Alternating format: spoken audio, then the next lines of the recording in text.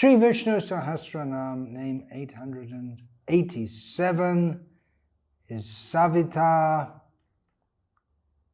This word is chanted in the Brahma Gayatri in a slightly different form, in the form Savitur. This Gayatri is also sometimes known as Savitri Gayatri.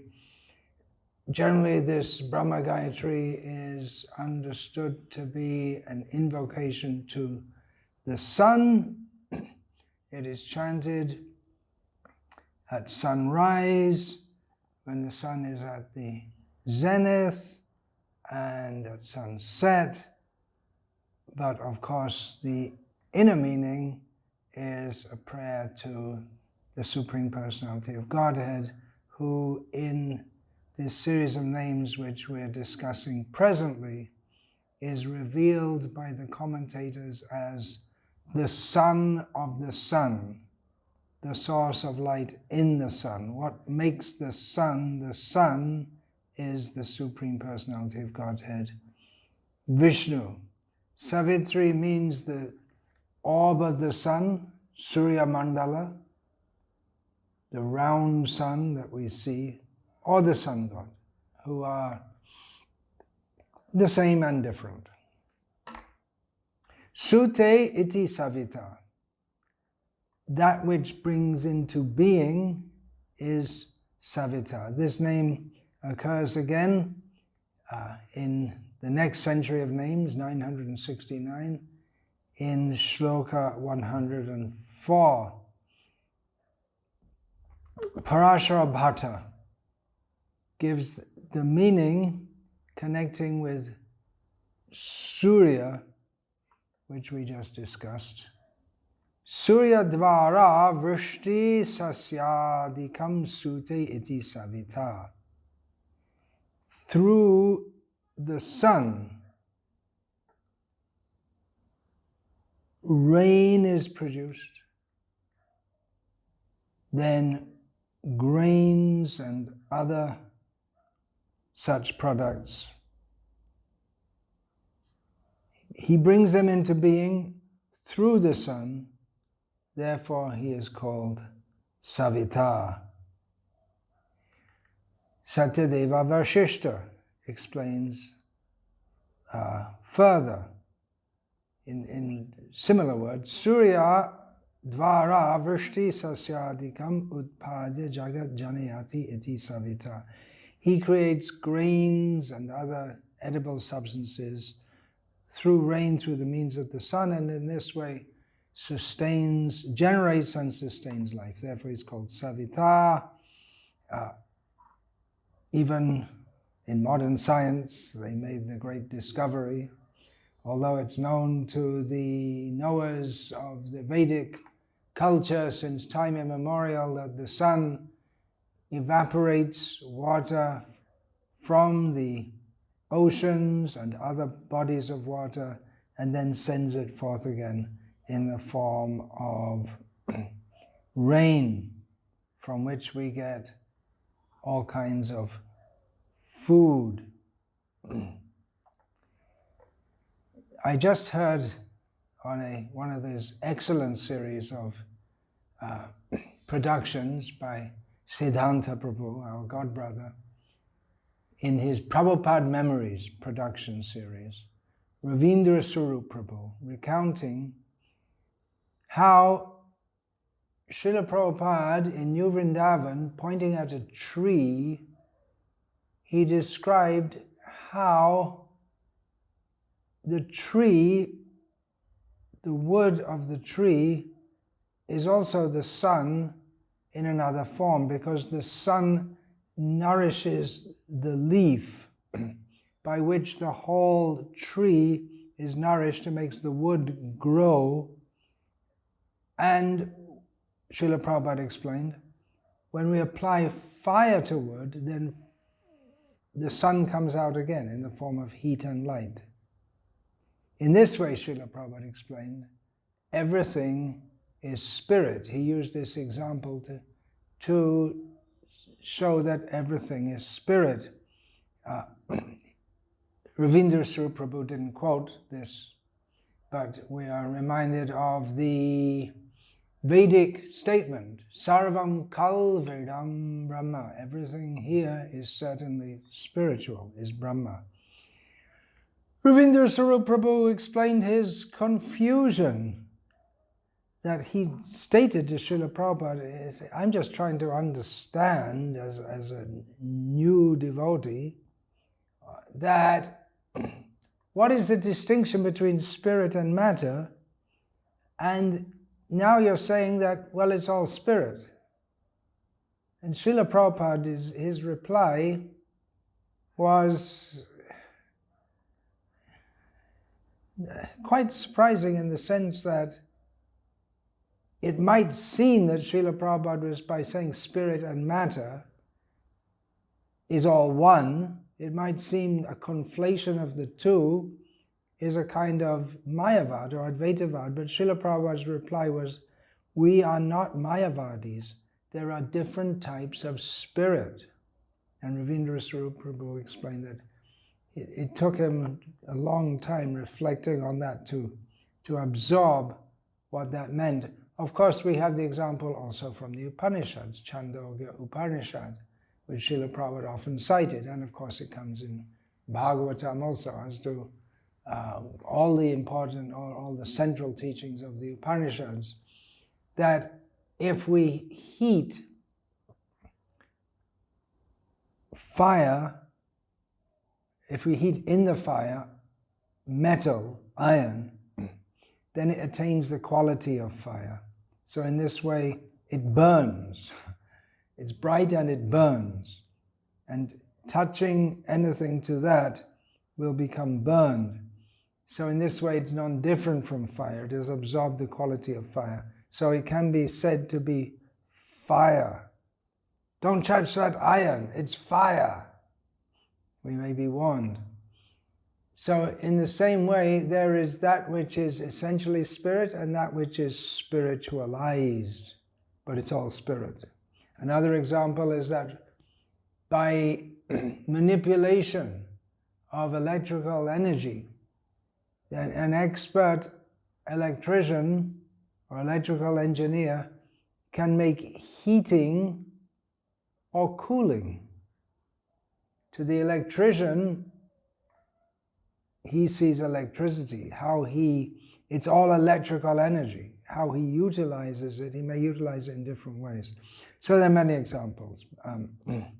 This Savita explaining how the Supreme Lord is another understanding of him as the Son, is the seventh step in the Achiradi Marg, which we are discussing. Baladev Vidyabhushan, in his explanation of this name, gives a more direct understanding of how it fits with the Achiradi Marga.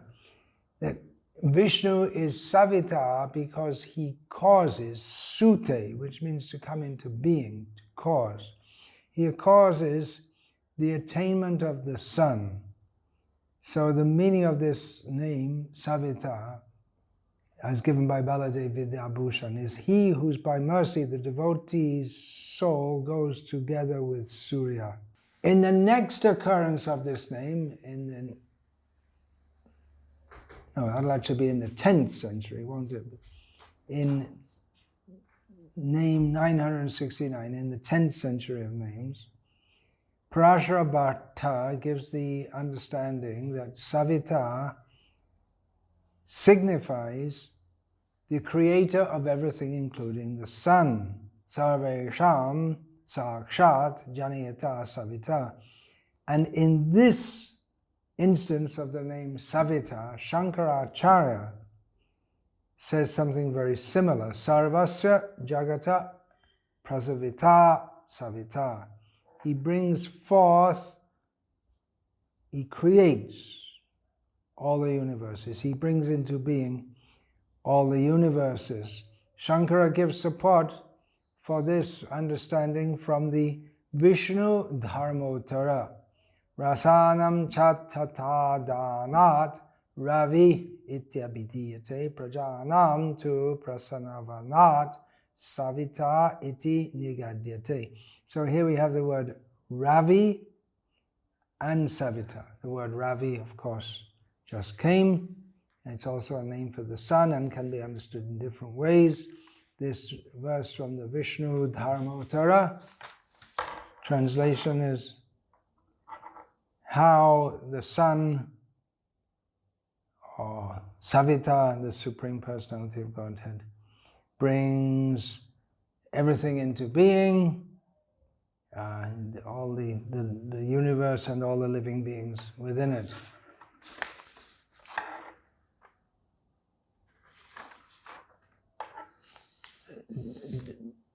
Developing on Shankara's explanation, Sri Radha Krishna Shastri also refers to the Shastra Chandogya Upanishad, Devo Varuna Prajapati Savita. He shines brilliantly, he brings rain. He is the protector of the people, he is Savita. Also, Maitrayani Upanishad, Savanat Savita, he who brings forth everything, including the sun. So Savita, because he is the creator, this is the basic meaning. Vishnu is the ultimate Savita. Janmadyasya yataha in Brahma Sutras, describing what is Brahma, what is the absolute truth. So this must refer to Vishnu in the ultimate sense. So in the ultimate sense also, although Savita is known as a name of the sun, in the ultimate sense does not denote the sun, but denotes the Supreme Personality of Godhead. In this regard, I'm going to read from Srila Prabhupada's purport to Srimad Bhagavatam, Canto 3, Chapter 26, Text 55. The appearance of different bodily parts of the Lord's universal form and the appearance of the presiding deities of those bodily parts is being described. As in the womb of a mother, a child gradually grows different bodily parts, so in the universal womb, the universal form of the Lord gives rise to the creation of various paraphernalia. The senses appear, and over each of them there is a presiding deity. It is corroborated by this statement of Srimad Bhagavatam and also by Brahma Samhita that the sun appeared after the appearance of the eyes of the universal form of the Lord. The sun is dependent on the eyes of the universal form. The Brahma Samhita also says that the sun is the eye of the Supreme Personality of Godhead, Krishna. Yat chakshuresha savita. Savita means the sun. The sun is the eye of the Supreme Personality of Godhead. Actually, everything is created by the universal body of the Supreme Godhead. Material nature is simply the supplier of the materials. The creation is actually done by the Supreme Lord, as confirmed in Bhagavad Gita, chapter 9, text 10. Maya dhakshena prakritihi suyate sacharacharam. Under my direction does material nature create all moving and non-moving objects in the cosmic creation. Now I'll get back to this. We're going to go on to the next name now, but how the sun is the eye of the Supreme Lord, and therefore the sun is called Savita, but really the real ultimate original Savita is Vishnu. That will be discussed just upcoming. It's just like Indra, ultimately means king, ultimately means Krishna. Shiva, auspicious, ultimately means Krishna. All the various demigods, their names are suitable for them because they partially represent, and represent in a way that to us in this material situation seems outstanding, they partially represent certain qualities of Vishnu. So name 888 is Ravilocana. We just had Ravi. Ravina tat prakashena lochayati darshayati iti Ravilocana. That which reveals everything through its luster. So again, we're looking at this, it looks like the sun. He reveals everything by his luster. The root from which the word lochan comes is loch darshane, to see. The obvious meaning of this name, Ravilocana, lochan means eyes, or eye, or eyes, and Ravi means the sun. So Ravilocana is a fairly well-known name, which means who has eyes like the sun, or whose eye is the sun. However, Ravi means the sun, yeah. However, it's not explained by the commentators of Vishnu Sahasranama. This name is not explained to mean one who has eyes like the sun. Parashara Bhatta uses this name to cover the 8th, 9th, and 10th steps of the Archirara, the Marga. The moon, Indra, represented by lightning, and Varuna. All these shine by means of the sun rays, and so they are together covered by this name. Ravi, Rashmi, Sankrantyadi Mukhena Chandra Vidyud Varunan Lochayati iti Ravilocana. In support of this, from Chandogya Upanishad, there's a quote, Aditya Chandramasam Chandramaso Vidyutam. And so the moon is covered there, lightning is covered there, and Koshitaki Upanishad, Sat Varuna Lokam, so that covers Varuna. Baladev Vidyabhushan says that he shows Lochayati, the moon with the light of the sun, Ravi, and he also describing this name in terms of the Archirara, the Marga. He, Vishnu, is known as Ravilocana because it is by him that the devotee whom he favors goes together with Chandra. Goes as Chandra moves, the devotee on the path back to Godhead moves the Chandra toward Vaikuntha. Shankaracharya's interpretation is Chakshu Asya iti Ravilocana.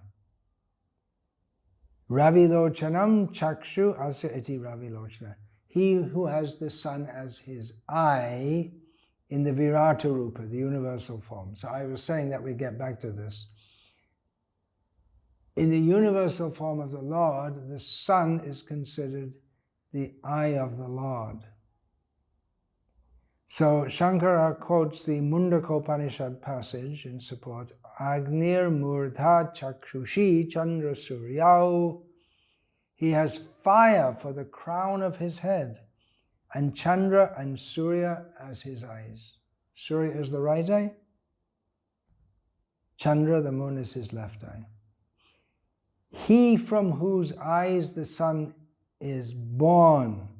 Slight nuance on the meaning that Shankaracharya gives. This is given by Krishna Datta Bharadvaj. Ravi Bhaskara Lochana Yasya iti Ravilocanaha. Krishna Datta Bharadvaj refers to Purusha Sukta. Chaksho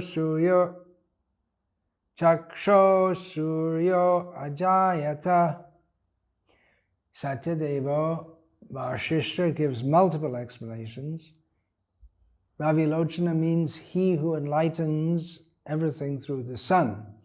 That means the gross illumination we can see in the daytime thanks to the sun.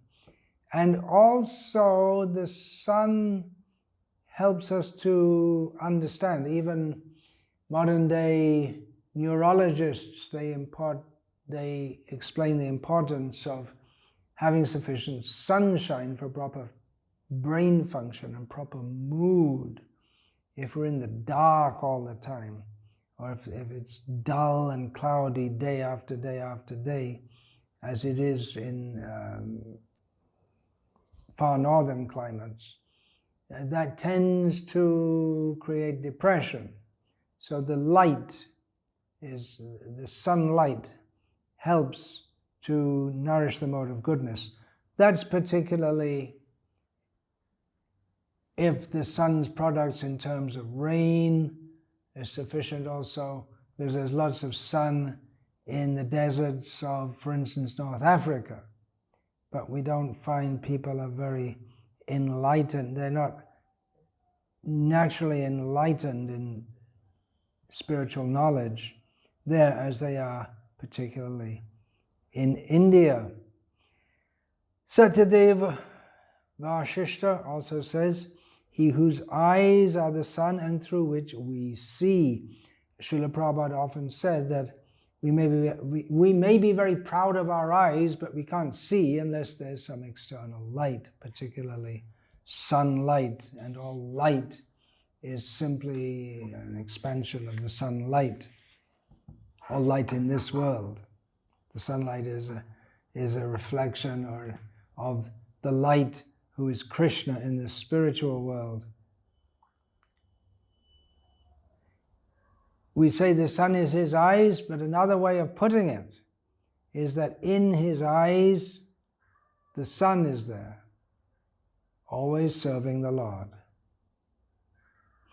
Here's a beautiful passage from Jayadev Goswami's Gita Govinda, which I should have cited at Sulochana, he who has beautiful eyes, a previous name in Vishnu Sahasranama, but I didn't, but it's so good, I thought I should include it somewhere. Very short, very sweet, very beautiful. Amala kamala dala lochana he. O Lord, whose eyes are like immaculate lotus petals. Here's a verse from Srila Rupa Goswami's compilation, Padyavali, Bhakti Prava Vilokana Pranayani Nilot Palaspardhini Dhyana Lambanatang Samadhi Niratair Nite Hita Praptaye Lavanyai Kamahanidhi Rasikatang Radha Drishostanviti Yushmakang Kurutang Bhavarti Shamanang Netre Tanur Vahare. This verse may be interpreted either for Lord Krishna's eyes or for his form. One possible translation is as follows. It's about Krishna's eyes. We're talking the sun is the eye of Krishna. Let's talk about Krishna's eyes. Translation. May Lord Hari's eyes, which lovingly gaze on their devotees, which rival the splendor of blue lotuses.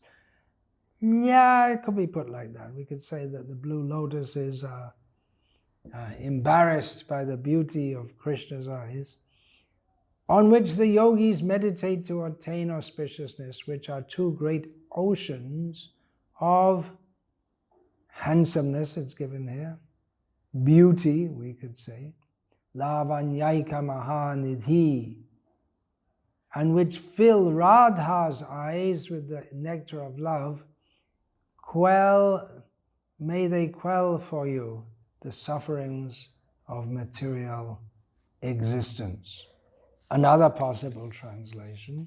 May Lord Hari's form, on which the devotees lovingly gaze, which reveals the splendor of blue lotuses, on which the yogis meditate to attain auspiciousness. Another possible translation, may Lord Hari's form on which the devotees lovingly gaze. So here we have Lochan. He is looking and he is looked at, on which the devotees lovingly gaze, which rivals the splendor of blue lotuses, on which the yogis meditate to attain auspiciousness, which is a great ocean of beauty and which fills Radha's eyes with the nectar of love, quell for you the sufferings of material life. Another possible meaning of the name Ravilocana is given by Raghunath Tirtha. Seems to be derived from the root Ru Shabde, to sound, for Ravi, and then Lochana, one who is pleased. So he interprets this to mean one who likes to be praised.